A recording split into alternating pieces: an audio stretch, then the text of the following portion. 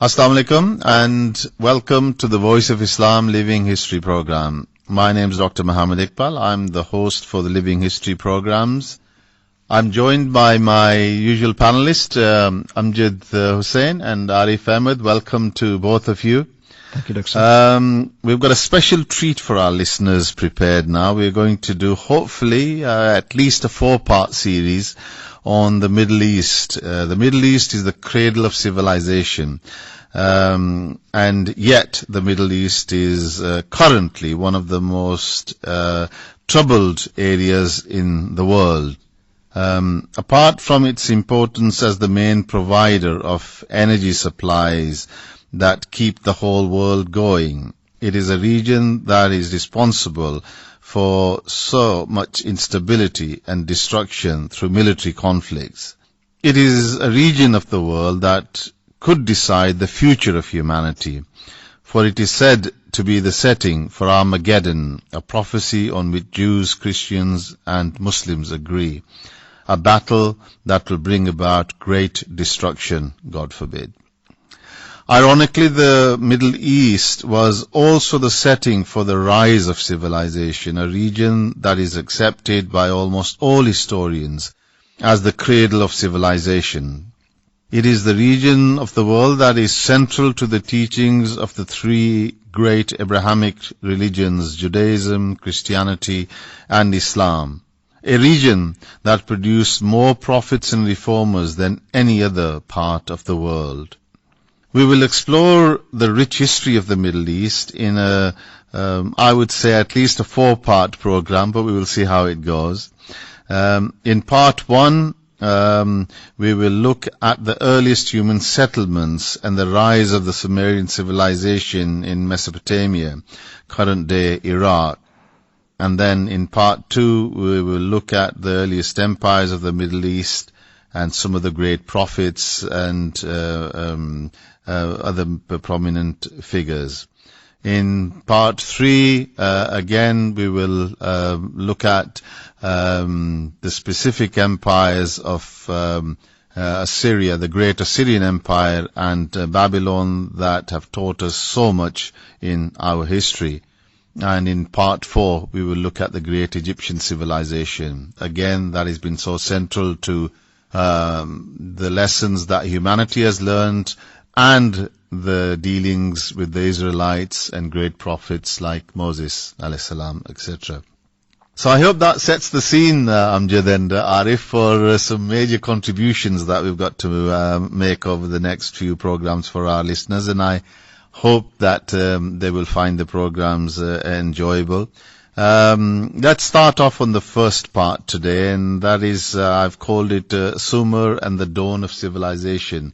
We've done a number of programs really retracing human origins, the development of language, etc. So this will be a nice way really to start from some of the earliest human settlements going up to the dawn of civilization in Sumeria. For most of human history, from at least 3 million years ago, mankind lived as a nomadic hunter-gatherer, always on the move, and even today, in some remote parts of the world, humans live as hunter-gatherers. As I said during our previous discussions, I think it was program 25 entitled Mankind's Origins, Understanding Evolution. We learned from scientists that modern humans had their beginnings in Africa.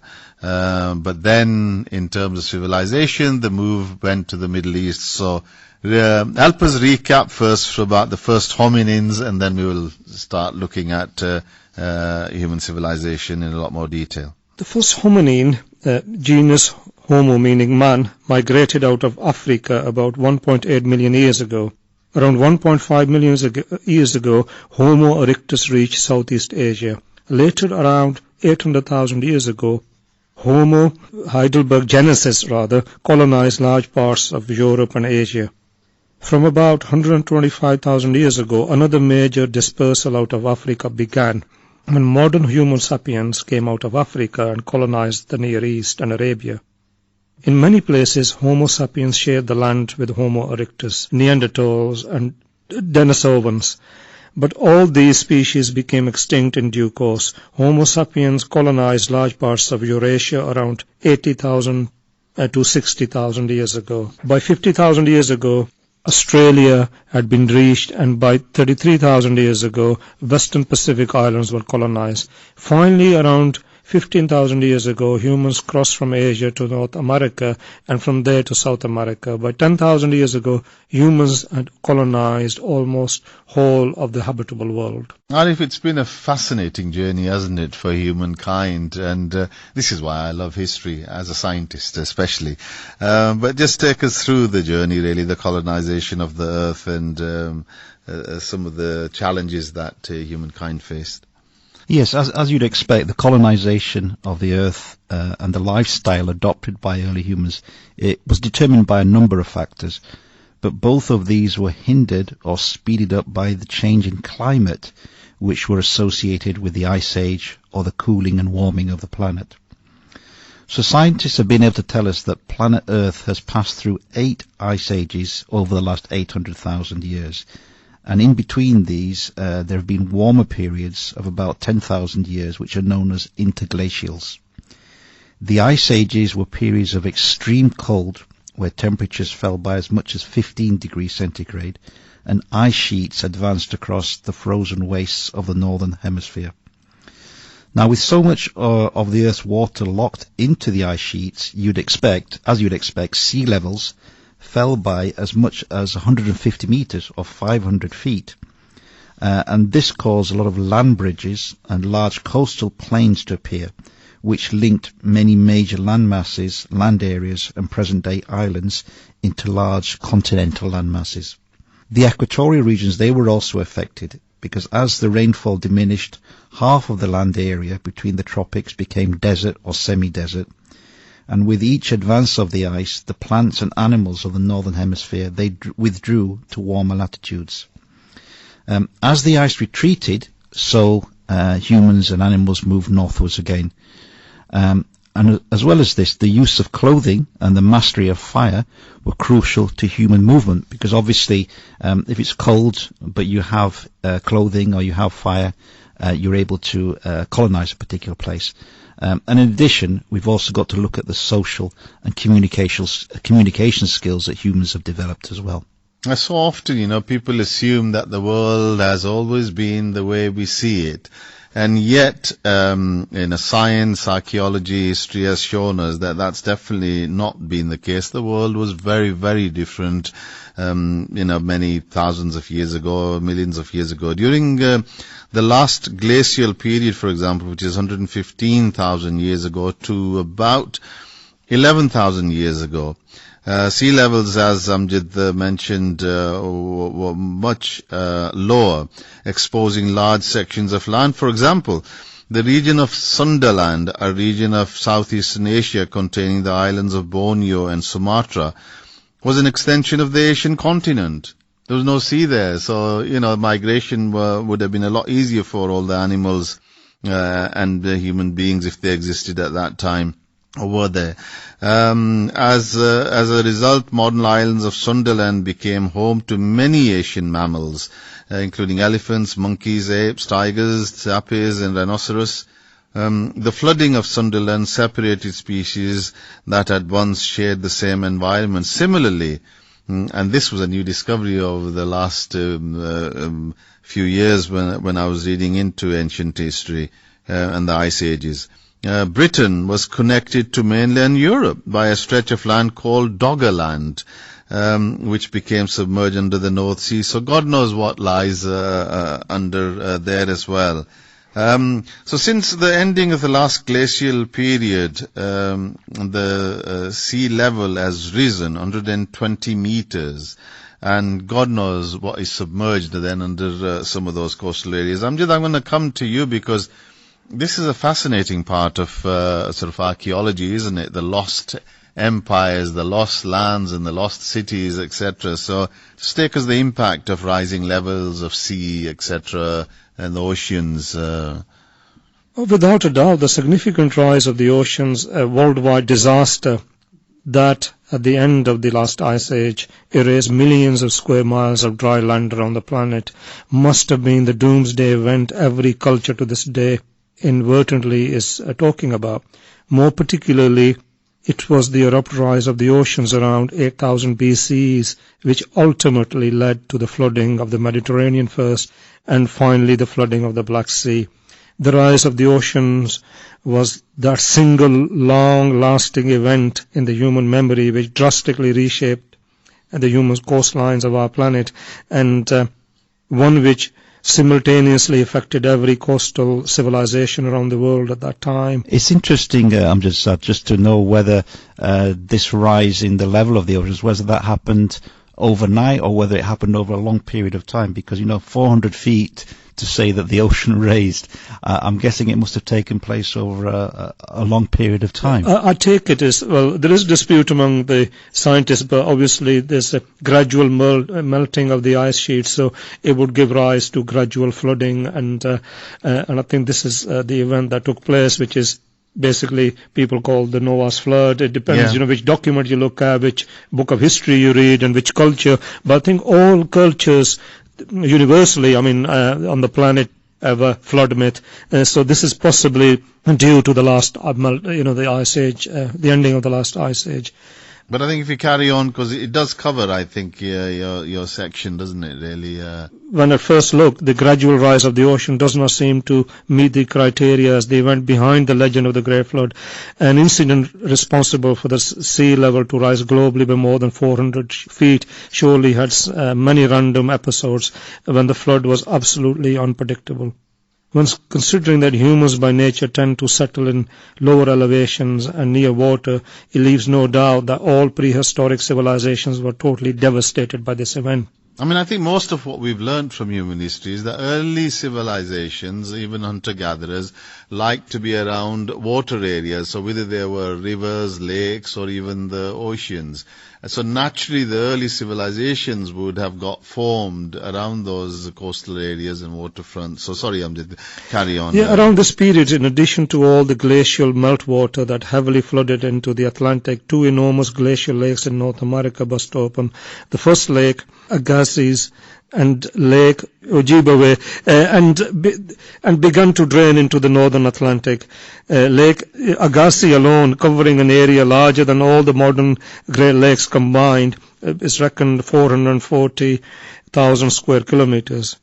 At a time, it contained more water than all the lakes in the world today. This is an amazing fact, to be honest, and I must admit I didn't know myself until the reading recently that how big a geological event this was. Some of the lakes we have currently are massive, but these were mother of lakes, weren't they, really, that allowed the water. But carry on. Lake Agassiz, It is estimated that the outburst flood caused by the collapse of Lake Agassiz alone may have been responsible for sea levels to rise globally by as much as 9 feet.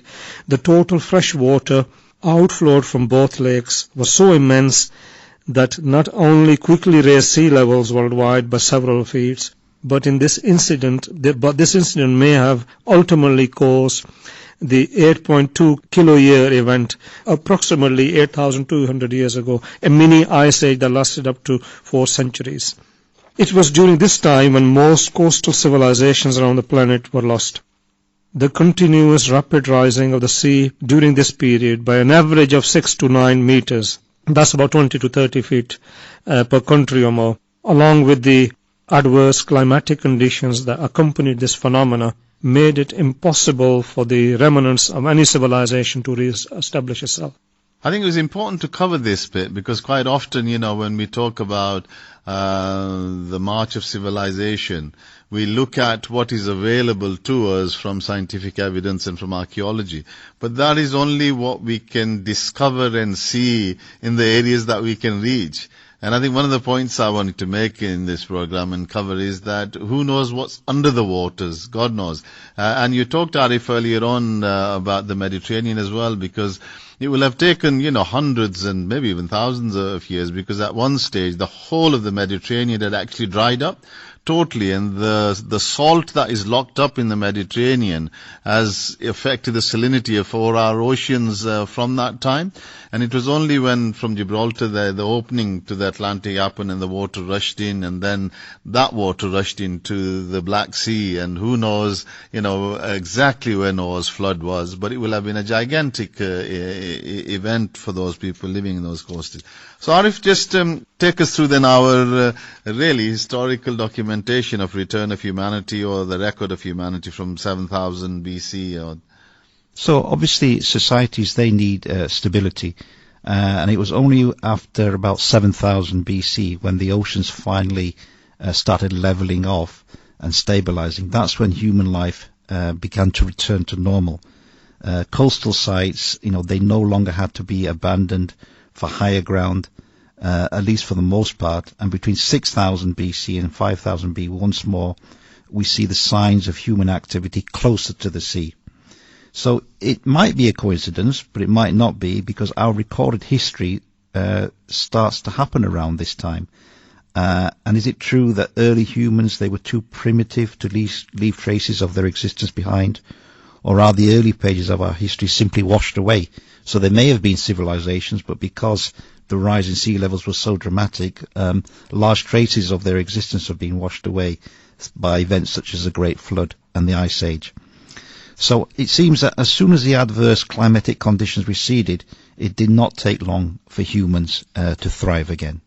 So the normal sort of recording of our history is really that things started when human beings developed farming. So from the lonely hunter-gatherer communities of a few people coming together into larger clusters and groupings. So about 10,000 years ago, at the end of the last ice age, the entire world populations probably numbered only a few millions, and all their food came from wild plants and animals. And then soon people began to domesticate certain species of plants and animals, from weeding around a plant or perhaps watering it in a dry spell. It is a small step to collecting its seeds and planting them in a protected spot where they will have a better than average chance of growing. This is not that far-fetched. I remember as kids living in the very remote parts of Kashmir, that's exactly how we approached things, honestly. You had the rivers flowing, you took your little favorite plant, you grew it, and from it spread. I absolutely believe it, that's how probably things did develop. And then from penning in animals to kill them when needed, it is a small step to keeping them until their offspring are born. So this is probably the most significant single development in human history. This probably started, I would say, around the Stone Age, where, different tools were used, flints, etc., and the dividing line which separates the old Stone Age, which often we called Paleolithic, from the new Stone Age, which we call Neolithic. I just wanted to go through these terms because they'll come across quite a lot as we describe human civilization, its development. Has been aptly called the Neolithic Revolution. This is in other words, the farming revolution, and it was around the new Stone Age when humankind started. So Amjad, just take us through the breakthroughs, because a number of different spots emerged throughout the world, but clearly the Middle East was central to that. The three major areas, actually, harvesting of crops and herding of animals, led to growth around lake shores and major river systems like the Euphrates, Tigris in Mesopotamia, modern-day Iraq, the Nile in Egypt, the Indus, for instance, in India, and the Yellow River in China.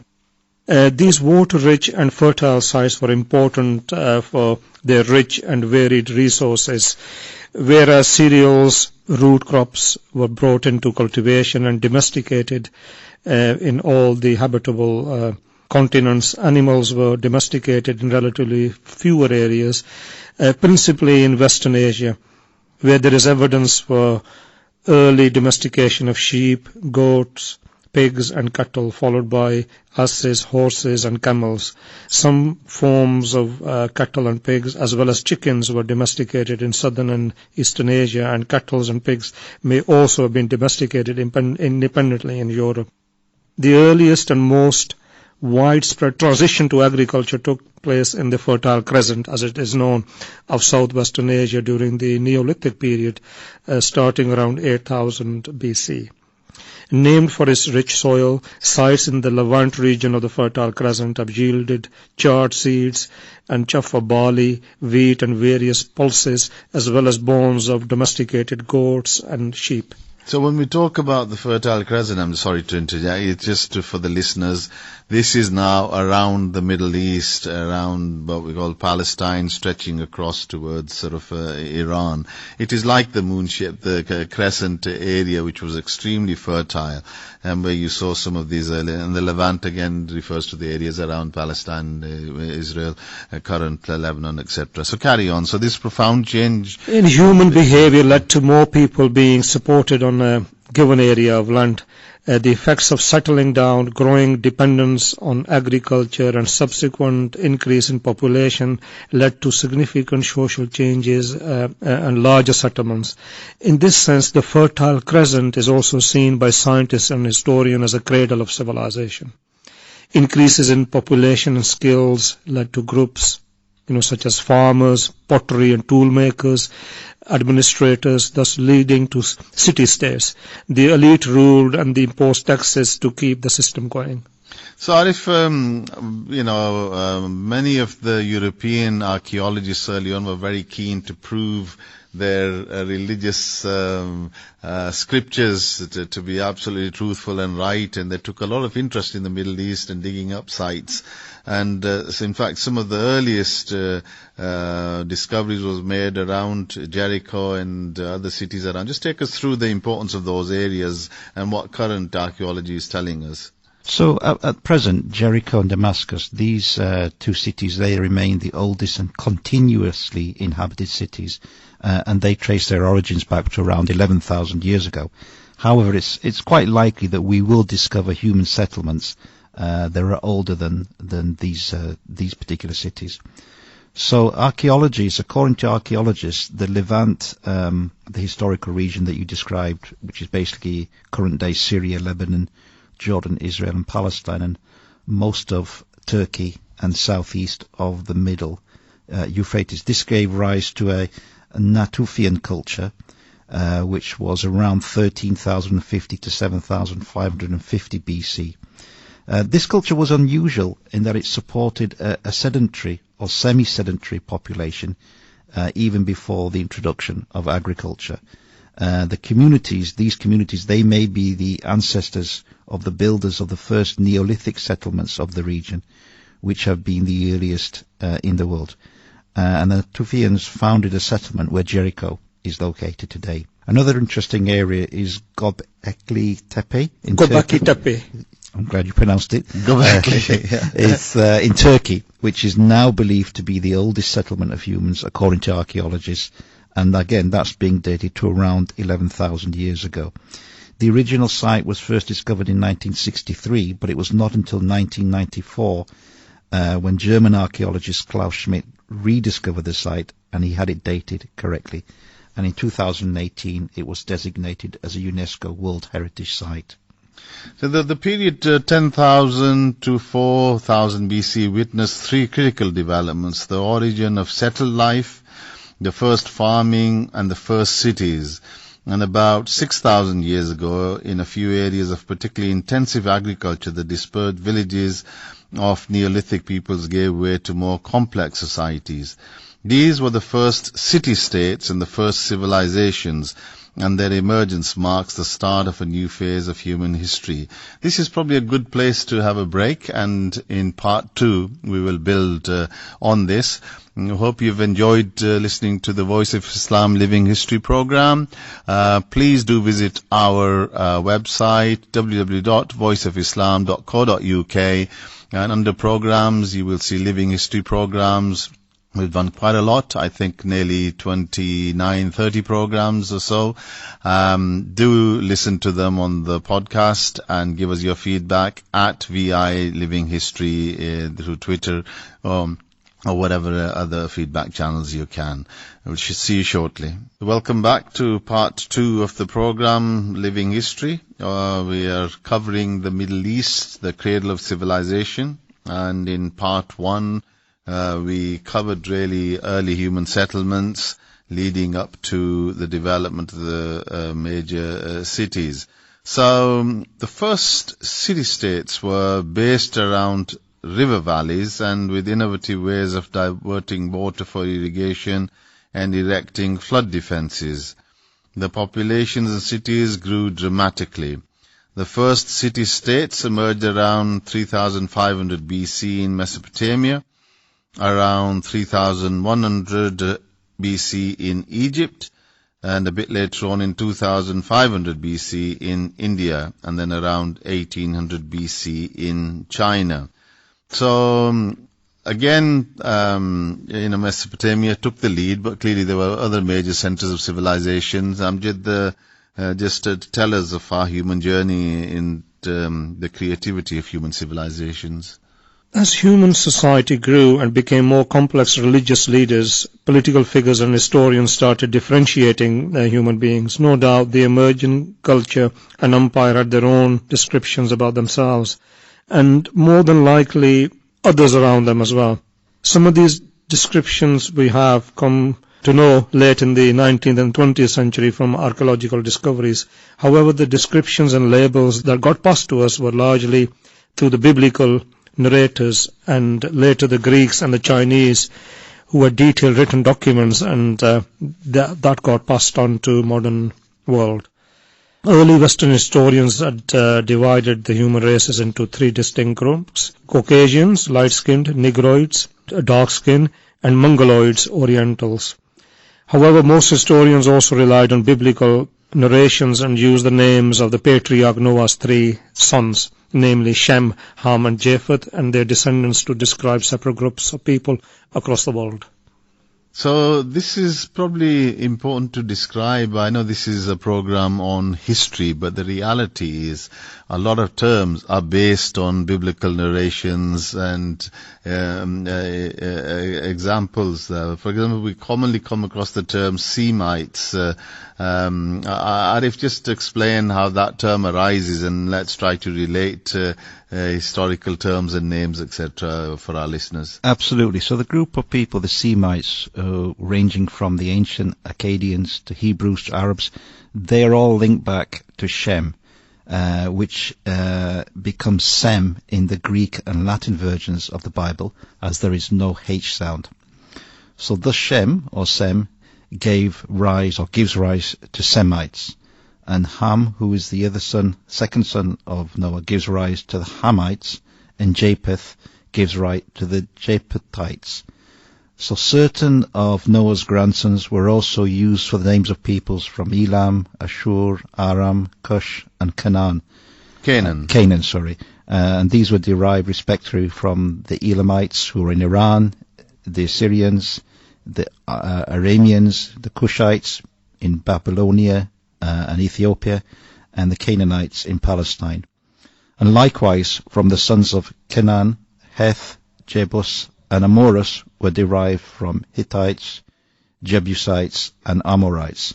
Further descendants of Noah include Eber from Shem, from which comes the word Hebrews, the hunter king Nimrod from Cush, and the Philistines from Misraim.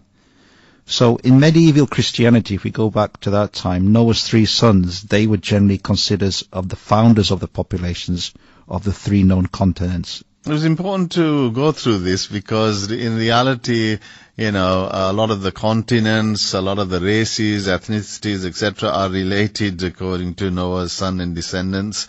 And archaeology hasn't been able to sort of escape or come with the different terms as well. It's highly unlikely that this is the reality, but just in terms of what the traditions or the Christian traditions, Japheth would be the forerunner of the Europe, Shem of Asia, and Ham of Africa.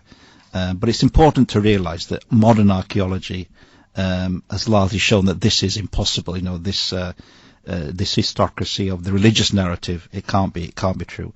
And many many scholars, they view these stories as just basically national myth, narratives with little historical value. So when we talk about the dawn of civilization, we're essentially talking about Mesopotamia, in the Middle East, current day sort of Iraq area.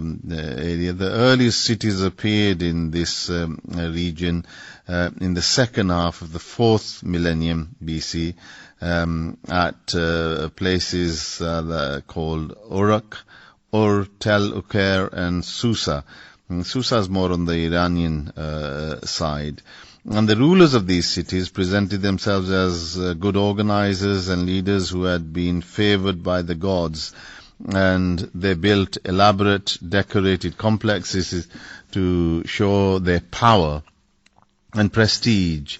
The cities established diplomatic and trade relationships with each other, and finds of goods from Uruk, the predominant city in Mesopotamia, from around 3500 BC, have come from Susa and Syria, showing the interaction between all these different cities.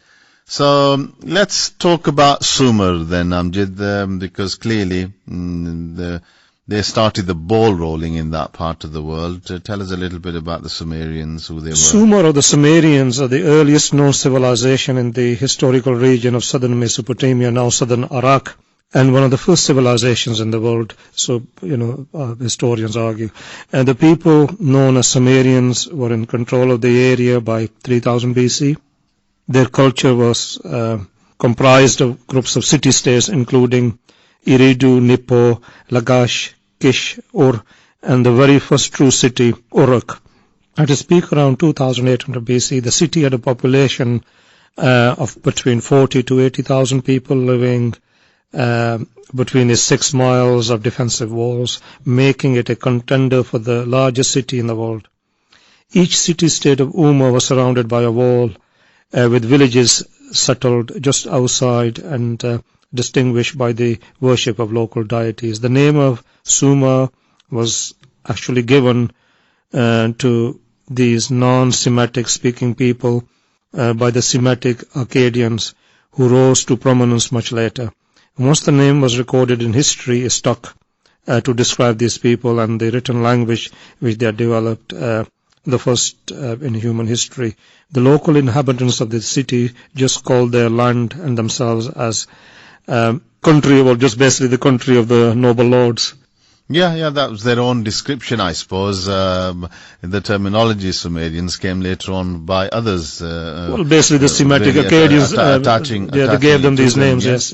So, Arif, how far back then had Sumer been settled by human beings? Well, Sumer was first settled by humans from 4500 to 4000 BC, although it's quite probable that some settlers derived much earlier. And this early population, known as the Ubaid people, was notable for the strides that they made in the development of civilization. So practices such as farming, raising cattle, weaving textiles, and working with pottery and carpentry. Villages and towns were built around Ubaid, the farming communities. And as these early settlements grew, they needed law and order and protection from neighboring tribes and settlers. The most successful early settlers proved to be those who could give their warriors the best weapons, as you would expect, to defend and fight to expand their territory. And that meant the ability to mine and shape metals. The earliest metals humans used was copper, and in the Middle East this was around 10,000 years ago. Soon after, other metals were discovered, and by 3000 BC, the Sumerians realized that by adding tin to copper, you could get a much stronger metal, which was called bronze. And this was a major breakthrough, and those who possessed bronze technology would end up being the leading cities and early empire builders because they had the best weapons. Well, this is why quite often you have a breakdown of the Bronze Age civilizations relating to really the supremacy and your leading weapon of military success as well. So the Sumerians and then later on, of course, iron was introduced, but we'll come to that for later organization. So just tell us a little bit about the dynasties and the Sumerian, because the archaeological records found an incredible list called the Sumerian king list. So tell us a little bit about that, Amjad. Basically we're here talking about man as a doer, thinker, and administrator. Is first revealed to us through the written words, thanks to the Sumerians themselves, like Dr. Sab said. Historical documents first appeared some centuries after the estimated first use of writing, around circa 3100 year BC. The first Sumerian king list dates back to about 2069 BC or 150 BC. And the king list records basically the names and reigns of 140 rulers, Sumerian rulers, covering a period stretching from uncertain prehistoric time to the time of compiling the record. Rulership was of divine origin, as stated. This is one of the clay tablets. It reads, when the monarchy descended from heaven, it was in Eridu. Memory of the flood was an important feature of the Sumerian life and history. According to the king list, the reign of the kings before the flood spanned enormous periods of time. For example, King Alumim was said to have reigned for 28,800 years. Drew Nuzazi for 108,000. Forgive me for pronunciation of these names. Incredibly long reigns of 1,200 are also recorded for the period immediately following the flood. The successive reign was gradually reduced to human proportions, as in a description of Sargon's reign. And clay tablet reads, he built Akkad and reigned as the king for 56 years. Then Sargon's son Rimush reigned for 9 years. The very first ruling body of Sumer, and that is historically verification, is the first dynasty of Kish. The earliest ruler mentioned in Etana of Kish, who in a document for the first time is credited as having stabilized all the lands. 1,000 years later, Etana would be memorialized in a poem that told of his adventures in heaven. It's interesting in these archaeological finds, isn't it, when you look at some of the time scales given. It goes to show whether they had actually by that stage sorted out the timing and periods and whatever, because those just look, but then, even when you look at Genesis and some of the ages given to some of the early prophets as well, but it just goes to show how human learning about time, ages, develop later on. One of the central features in Sumerian legends is Gilgamesh, and Arif, perhaps you could tell us a little bit about him, because a lot of his accounts are very similar to some of the accounts that find their way in the Bible, which we will come to later on, but just take us through. Yes, so he was one of the most famous early Sumerian rulers, and the king of Uruk, and he took control around 2700 BC. And he's remembered for his fictional adventures in the Epic of Gilgamesh, which is the first epic poem in history, and it's inspiration for later Greek and Roman myths such as the Iliad and the Odyssey, which many of you will have heard of, and biblical stories. So a devastating flood in the region that was used as a pivotal point in the epic poem, and this was later reused in the Old Testament story of Noah. Gilgamesh became a major figure in Sumerian legends during the third dynasty of Ur, which was from 2112 to 2004 BC. And tales of Gilgamesh's legendary exploits are narrated in 5 surviving Sumerian poems. In later Babylonian times, these stories began to be woven into a connected narrative.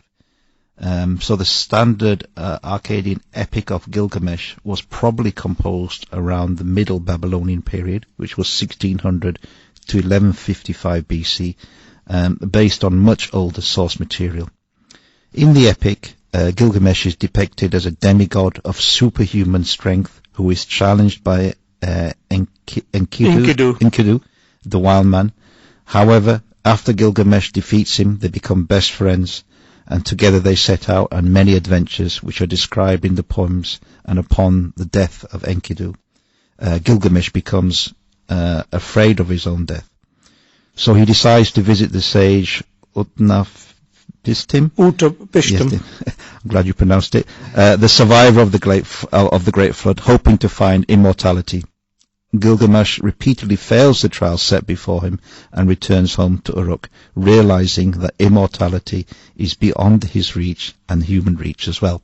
So you can see how these fables, they form part of the history, these interesting stories, and obviously they've become adapted and modified over the years as well. Yeah, it's interesting. There's a story of Gilgamesh meeting this sage, and him being told about the great flood, and it has such amazing similarities to the narrative about Noah and the great flood in the Bible.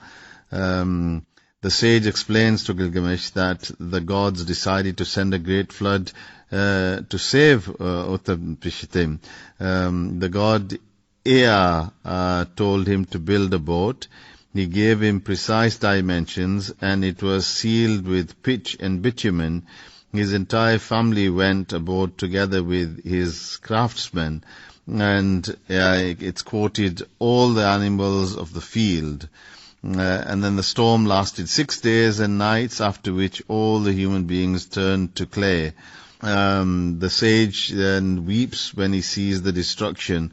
His boat lodges on a mountain, and he releases a dove, a swallow, and a raven. This is so similar to the story we hear about Noah and the flood, and you often wonder how different civilizations really... I think these figures are the one and the same, it's just different linguistic, they've got different names, Akkadian names and, Babylonian may names. Have been the Noah figure that, we talk about. Who knows? It's one and the same figure, actually. Yeah, it would seem so, because clearly there can't be two different stories. The last king was Lugal Said Caesar. Amjad, you can probably pronounce it better than me. Tell us a little bit about him. Lugal. Lugal meaning the great man or king. The great man or king, or the priestly king, basically. Mm-hmm. The priestly king of Umma overthrew the primacy of the Lagash dynasty in the area, and then conquered Uruk, making it his capital. He ruled for 25 years, to some account 34 years, according to obviously the Sumerian. These are much more realistic time scales, aren't they? Compared to some absolutely. Some 20,000. Yes, the more human time scale. So Lugal Zegzi claims in his inscription that Enlil, the chief god, gave to him, quote, all the lands between the upper and the lower seas, and that is between the Mediterranean Sea and the Persian Gulf. Although his incursion to the Mediterranean was, in the eyes of some modern scholars, not much more than a successful raiding party, the inscription, and again is quoted, marks the first time that a Sumerian prince claimed to have reached what was for them the western edge of the world. That's interesting, isn't it? How the rulers claim to be the rulers of the world, and for them, at that stage, Mesopotamia and the Persian Gulf and between the Mediterranean was the world, and they had ruled everything, and that's it. But they were not, that was not a true empire, and in the next programs we will deal with what emerged as the first empire and then other major empires in the Middle East. But to tell us about his sad end before we look at some of the great achievements of is it 2234 BC? Well, 2234 BC, Lugal Zegzi was defeated and his kingdom was annexed by Sargon of Akkad. According to later Babylonian versions of Sargon's inscriptions, Sargon of Akkad captured Lugal Zegzi after destroying the walls of Uruk and led him in a neck stock to Enlil's temple in Nippur. Yeah, the master of the world humiliated in front of her. And really, Sargon established the first real empire, the Akkadian Empire, but probably we may have time to deal with that in the later on program. Arif, so this was really the the king list, the major kings, what they achieved. But one of their greatest achievements was writing. That's why we're sitting here and talking about history, and just take us through this important contribution in human development. Well, absolutely. I mean, obviously the Sumerians left us a lasting legacy with the invention of writing. And if you think about how humans communicated, this has got to be one of the greatest inventions in mankind's history, because it's the prerequisite of and the hallmark of civilization itself to have writing. Administrative records were mainly drawn up in the large temples, which were the centers of religious and economic life.